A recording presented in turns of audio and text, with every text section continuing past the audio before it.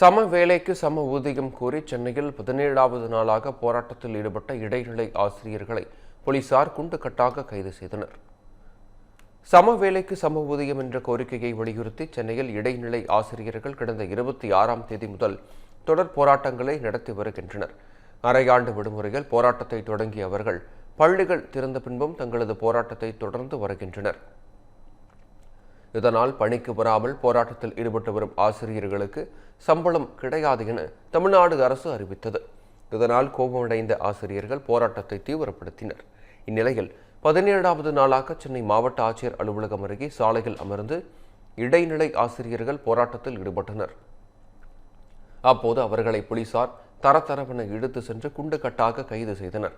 இதுகுறித்து பேசிய இடைநிலை ஆசிரியர்கள் சம வேலைக்கு சம ஊதியம் வழங்கும் அரசாணையை வெளியிடும் வரை போராட்டம் தொடரும் என எச்சரித்தனர்.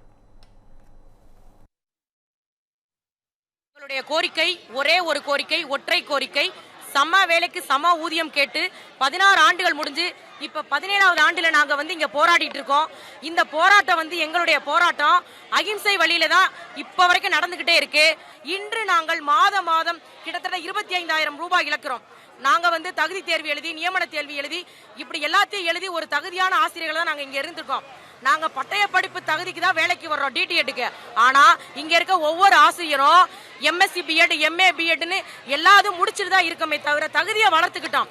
ஆனா எங்களுடைய போஸ்டிங் இடைநிலை ஆசிரியர் அதுக்கான தகுதி இருக்கு.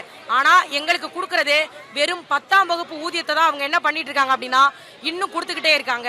அதுக்கு எங்களுடைய உரிமையை கேட்டு நாங்க போராடுறோம். இந்த பண்டிகை நாட்களை முன்னிட்டு வில்லா மனைகளை முன்பதிவு செய்து ஸ்டாம்ப் டியூட்டியில் 50% வரை தள்ளுபடி பெறுங்கள். Premium villa flats across Tamil Nadu from 4.5 lakhs to 3 crores. One layer G Square. For details call 8939750009.